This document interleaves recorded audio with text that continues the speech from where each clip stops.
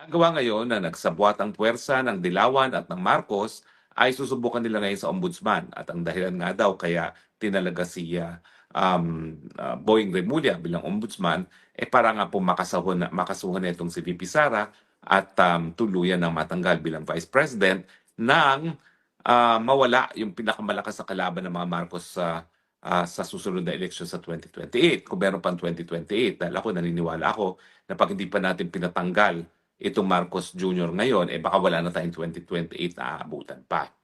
Anyway, pag-aralan natin, pwede nga ba na yung mga kaso gaya ng sinampa ni Kiko D ay maging dahilan para matanggal sa pwesto si VP Sara? Kasi ang sinasabi nila, ang merong immunity from suit lamang ay ang presidente. Alam niyo, wala sa saligang batas yan na meron siyang immunity from suit. Pero sabi ng Korte Suprema, yan ay nakabase doon sa separation of powers na sinasabi na nakasaad sa ating saligang batas at yung katotohanan na kung ang presidente ay hahayaang makasuhan ng kung sino-sino during sa kanyang termino, baka wala nang magawa ang presidente kung hindi mag-file ng depensa sa kanyang mga napakadaming kaso pwedeng ihain sa kanya. Dahil alam naman natin, talaga naman maraming magiging kaaway ang presidente sa larangan ng politika. So, ang sabi ng Korte Suprema, yung immunity from suit ng presidente implied from the separation of powers at saka yung practical na konsiderasyon na kinakailangan makafocus ang presidente sa kanyang trabaho bilang isang presidente. Pero walang ganyang provision pagdating sa vice president at iba pang mga impeachable officers. So ang tanong, palibhasa ang meron lang immunity from suit ay presidente, pwede bang matanggal sa pwesto ang isang impeachable officer gaya ni VP Sara na wala namang kinikilalang immunity from suit habang sila ay nasa opisina? Well, alam niyo po, dalawang kaso na nadesisyonan ng Korte Suprema dyan. Yung Inre Gonzalez na isang ombudsman na pinapakasuhan din at saka yung isang kaso na Villa, kung hindi ako nagkakamali. Ang sabi ng Korte Suprema, nakasaad sa saligang batas na ang presidente, ang vice president, ang mga chairman at members ng constitutional commissions ay pwede lamang matanggal sa kanilang posisyon sa pamamagitan ng impeachment. Now, ano ang problema kapag ang vice president ay kasinasuhan ng plunder? Well, ang vice president, ang plunder po, kapag yan ay napatunayan at ikaw ay nahatulan na guilty, meron po yung penalty ng perpetual disqualification from office. At kapag ikaw ay napatawan ng ganyang tinatawag na accessory penalty, yan ay magreresulta sa iyong pagkakatanggal sa iyong posisyon bilang isang impeachable officer. Kaya ang sabi ng korte dun sa Gonzales at dun sa kasong Villa, ang ibig sabihin nito, ang lahat ng impeachable officers, hindi lamang ang presidente, kasama ng vice president, ang chairman at saka ang mga miyembro ng Constitutional Commission at ang ombudsman, ay hindi po pwedeng kasuhan ng kasong kriminal na po pwedeng maging dahilan sa kanilang pagkakatanggal sa kanilang posisyon. Dahil ang sabi ng saligang batas, yung mga impeachable officers na yan ay po pwede lamang matanggal sa pamamagitan ng impeachment. At dahil ang kaso na ihahain sa kanila ay po pwedeng maging dahilan para sila ay matanggal sa kanilang posisyon, hindi sila po pwedeng litisin habang sila ay nasa pwesto dahil kapag sila napatunayan nagkakasala, yan ay magreresulta sa accessory penalty ng perpetual disqualification from public office kasama na yung pagtanggal sa kanilang posisyon.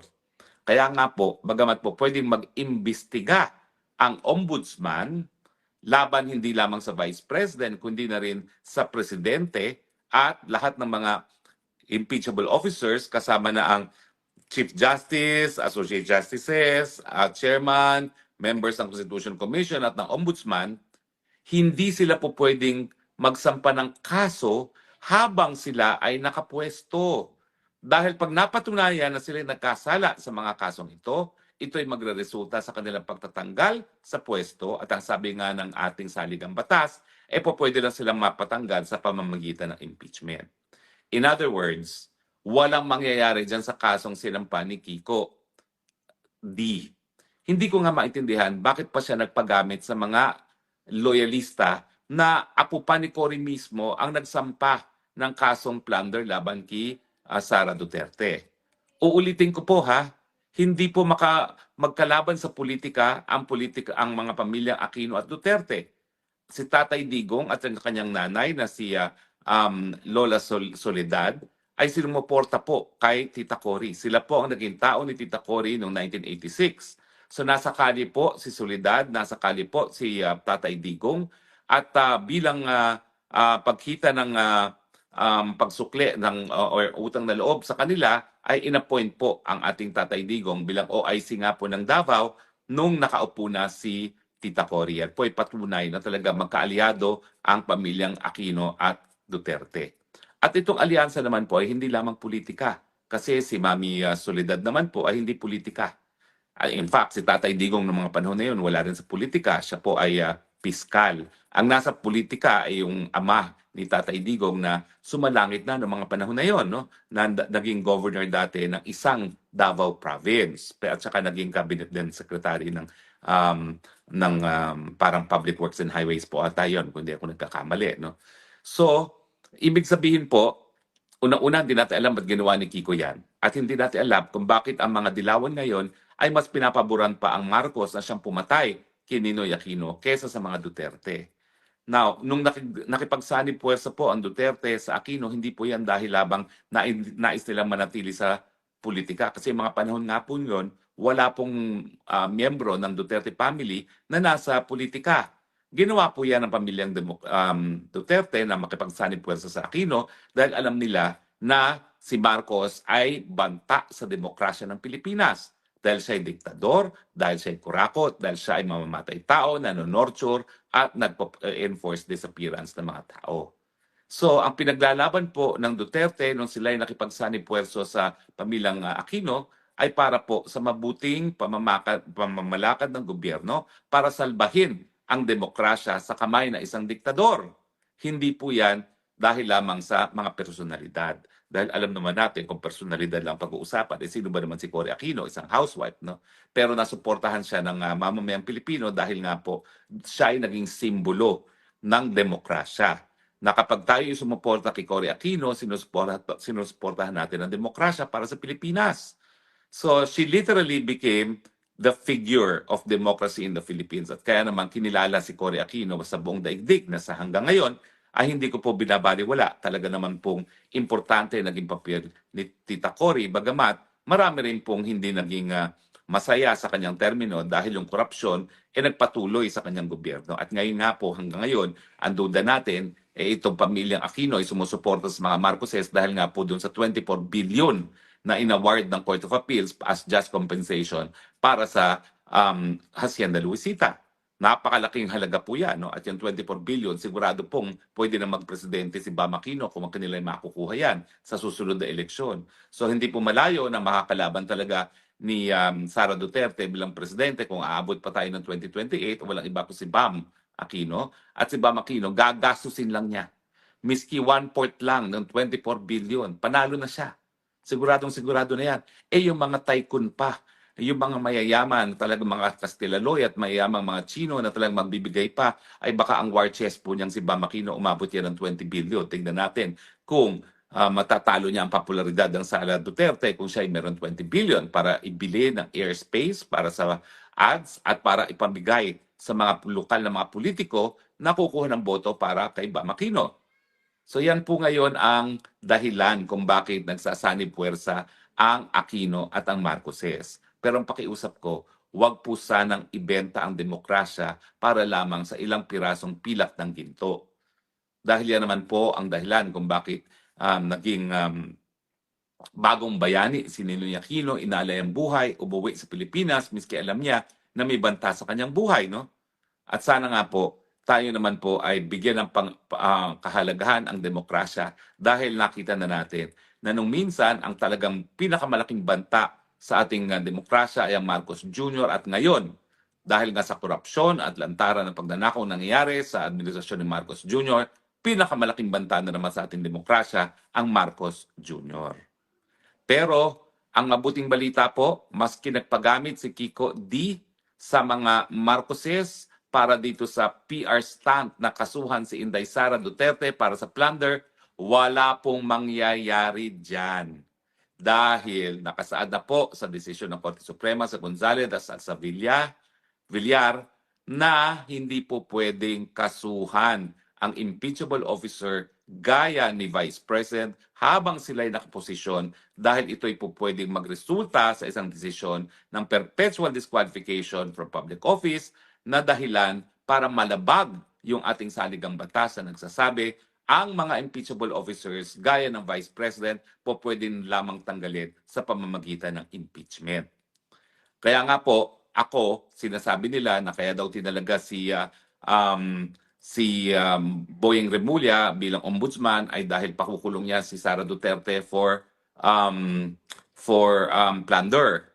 Ang pinakamaingay po dyan ay yung si Amy Marcos na tinatawag ng maraming mangga, i.e. manggagamit. Sa akin po, legally impossible. Hindi po yan papayagan ng Korte Suprema.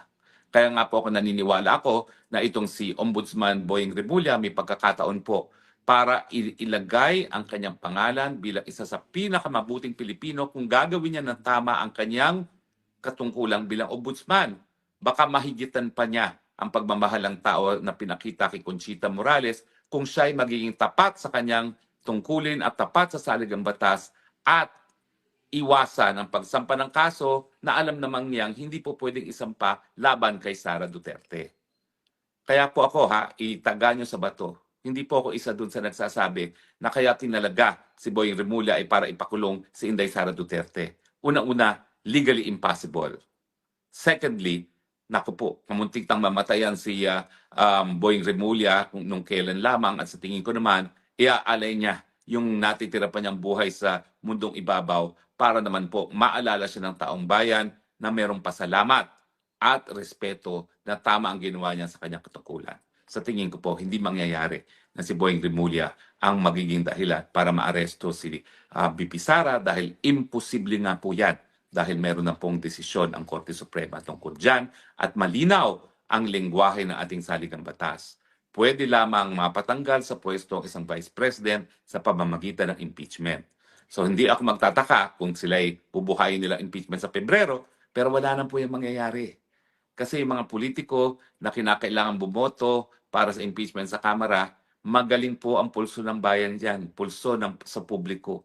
At alam nila na dahil paparating na ang 2028 elections, hindi na po yan para galitin pa nila si Inday Sara Duterte. Tignan ninyo. Nung minsan na nagpunta na sa Kongreso, itong si Inday Sara, itong Kongresong ito, itong 20th Congress, abay tinatawag na siyang Her Excellency, na mga walang yang binabastos siya nung 19th Congress. Siyempre, alam nila ito nang susunod na presidente, bakit mo pa babastusin?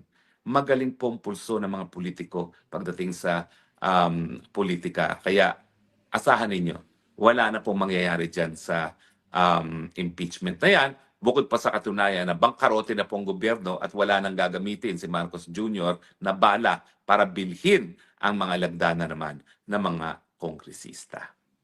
So, sa mga naniniwala na ang Tatak Duterte ang susi para sa pag-unlad ng bayan at para magkaroon muli ng tunay na demokrasya sa ating bayan, pwede po kayo makatulong ng mahimbing dahil wala pong mangyayari dun sa kasong kriminal na isinampa ni Kiko D. Kinakailangan antayin pa muna po bago matapos ang termino ni BP Sara kung hindi siya magiging presidente sa 2028. Dahil kung siya ay magiging presidente sa 2028, hindi pa rin po pwede pong galawin ang kasong kriminal laban sa kanya until matapos ang kanyang termino bilang presidente.